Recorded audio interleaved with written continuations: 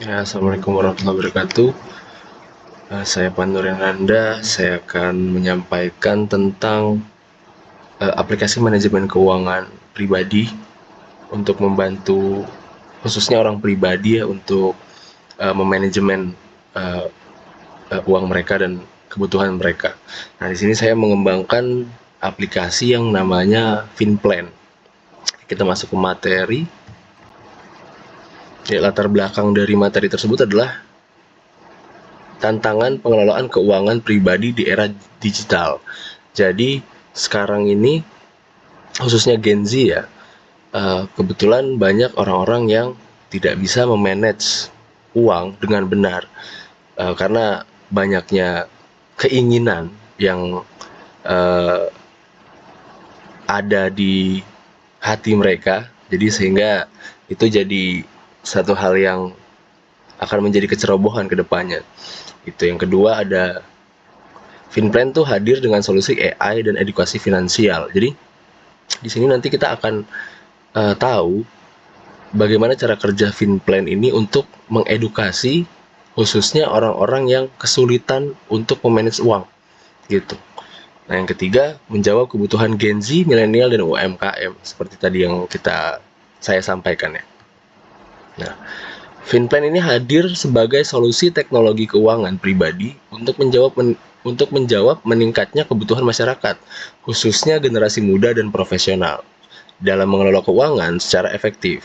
Di tengah tingginya penggunaan smartphone dan rendahnya literasi keuangan di Indonesia, FinPlan menawarkan fitur pencatatan, perencanaan anggaran, hingga rekomendasi investasi berbasis kecerdasan buatan atau AI untuk membantu pengguna mencapai kestabilan finansial secara cerdas dan personal.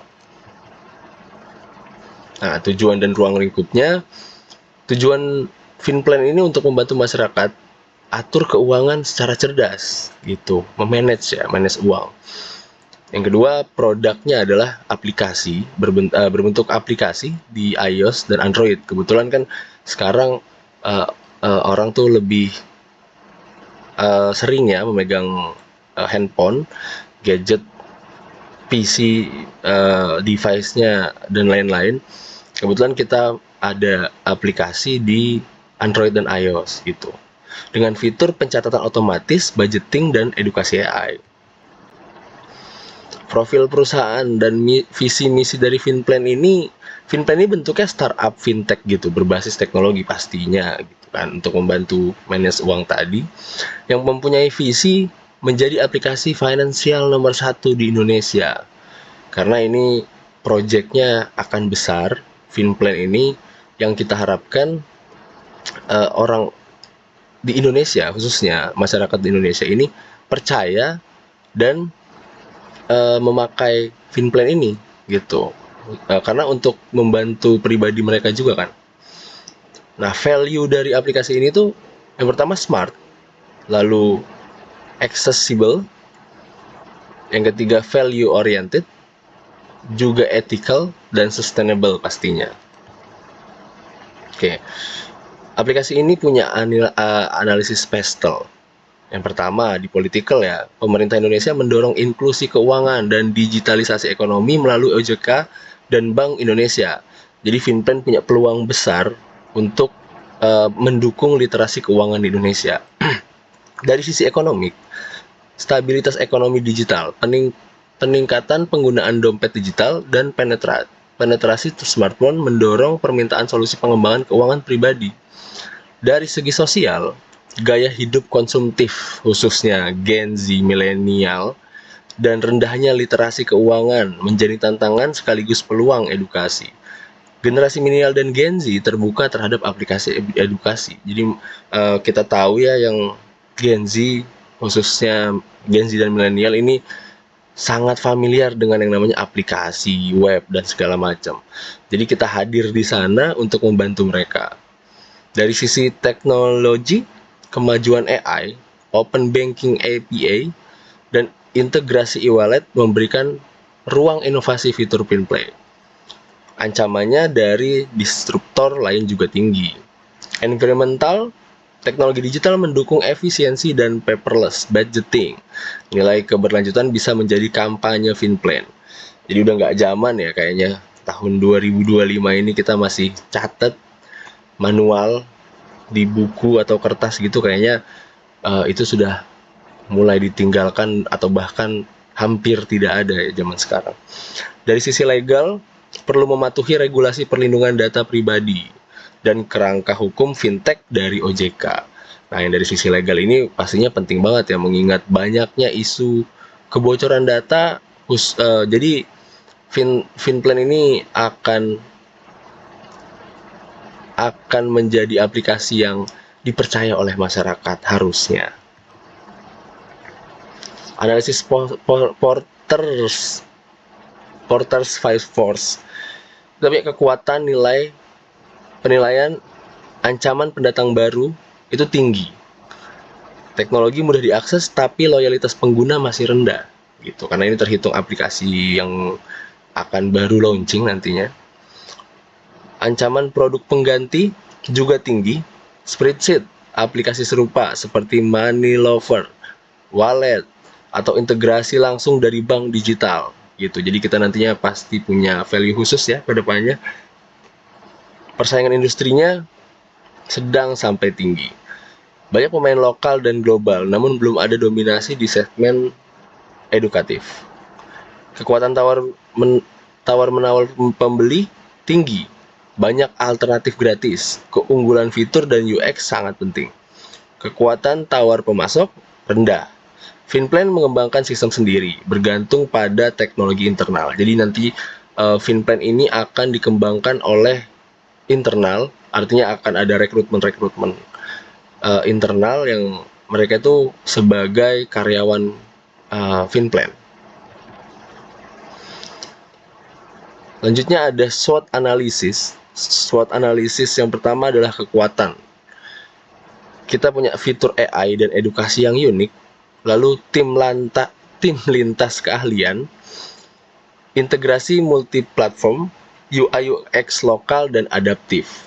Nah, ini Gen Z tuh biasanya suka dengan UI UX-nya itu yang friendly gitu. Jadi kalau aplikasi-aplikasi yang mungkin lawas itu kan suka nggak enak ya dilihatnya ya.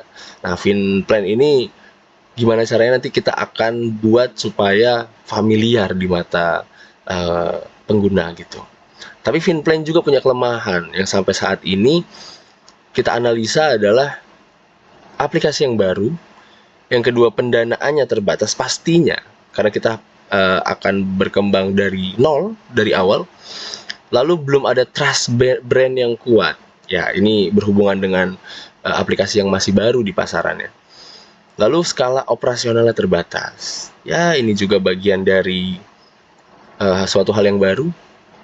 Tapi kita punya peluang juga untuk masuk market di Indonesia khususnya. Yang pertama, dukungan pemerintah. Yang kedua, tren digital budgeting. Ini lagi ngetren banget sekarang. Jadi kita coba masuk di mana untuk membuka kesadaran customer untuk memanage uang itu lebih baik lah gitu. Yang keempat ada kolaborasi dengan fintech lain. Kita juga nantinya bisa benchmarking, kita bisa mungkin belajar juga dari fintech lain atau bahkan bekerja sama langsung dengan fintech yang lain. Tentunya di SWOT ini ada yang namanya ancaman. Yang pertama, banyak aplikasi dari luar negeri yang pastinya sudah lebih maju, tuh kan. Tapi kita mulai dari awal yang kembali lagi visi misinya adalah menjadi nomor satu yang pastinya selalu ada perbaikan ke depannya. Yang kedua, perubahan regulasi data. Yang ketiga, kepercayaan pengguna rendah di awal. Ya, ini terusan dari kelemahan yang tadi adalah aplikasi baru, tapi kita coba bangun nanti ke depannya. Yang terakhir, resiko keamanan digital.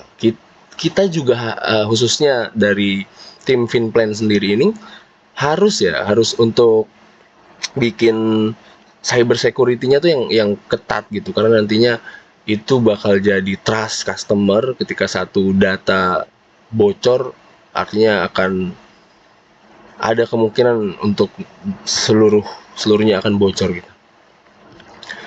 Nah, value chain analysisnya kita punya aktivitas utama dan pendukung. Kebetulan di aktivitas utama di inbound kita riset fitur, pengumpulan feedback pengguna. Operation, pengembangan aplikasi, pembaruan sistem berkala dengan tujuan untuk terus berkembang, terus memperbaiki suatu kesalahan, terus berinovasi. Outbound, peluncuran ke Play Store, App Store, update reguler. Marketing and sales, digital marketing, konten edukasi, influencer finansial. Kita butuh ini di era sekarang karena semua sudah digital. Apalagi influencer sekarang sangat-sangat menginfluence, khususnya Gen Z dan milenial. Service, dari sisi pelayanan kita ada layanan pelanggan, chatbot keuangan, dan komunitas pengguna. Dari sisi aktivitas pendukung, ada firm infrastructure, manajemen startup agile, compliance dan legal by design. HR management, tim teknologi, keuangan, konten edukasi pastinya nanti di pihak internal pastinya ada, karena itu adalah core dari si aplikasi ini. Teknologi development, AI recommendation engine, budgeting behavior sudah pasti. Procurement, server cloud, platform distribusi, dan digital. Dengan strategi pemasaran, ada segmennya mahasiswa, Gen Z, umur 17 sampai 25 tahun dengan karakteristik digital native, belum memiliki pendapatan tetap.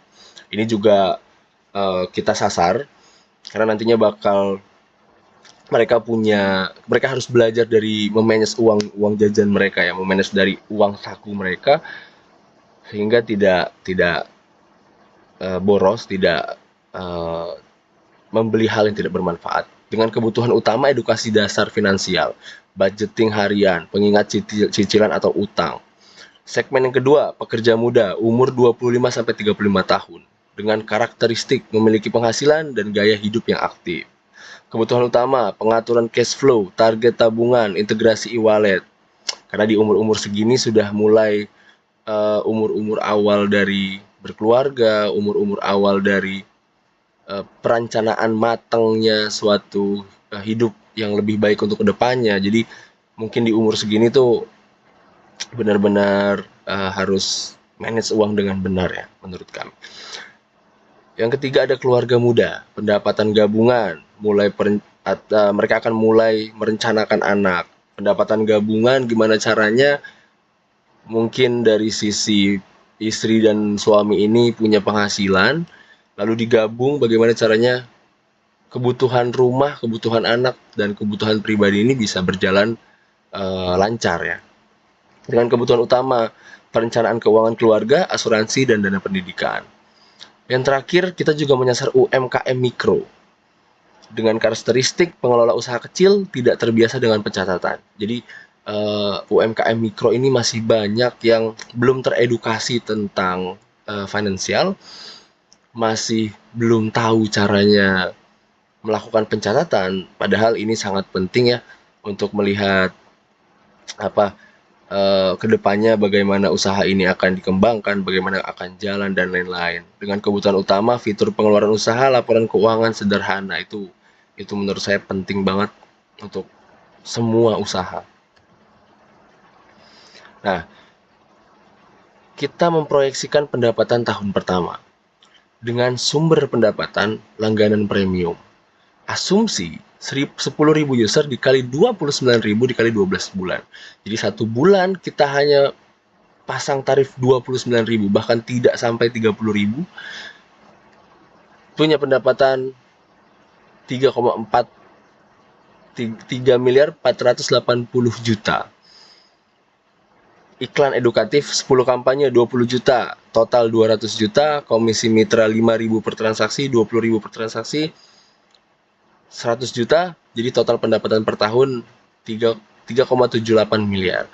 Nah ini 3,78 miliar.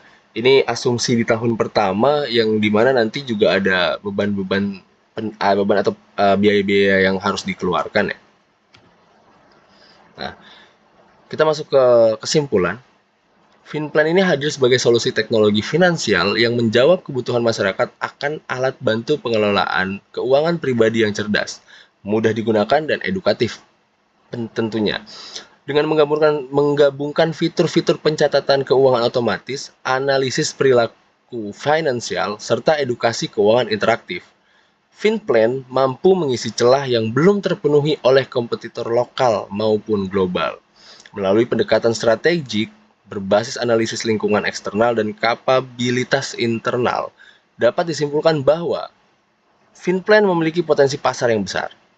Lalu kekuatan internal utama FinPlan. Yang ketiga, posisi strategis FinPlan berada pada kuadran 1 dalam matriks EA. Yang keempat, kelayakan finansial proyek menunjukkan performa yang menjanjikan. Seperti itu. Oke, terima kasih. Mungkin sekian dari saya. Kurang lebihnya saya mohon maaf. Assalamualaikum warahmatullahi wabarakatuh.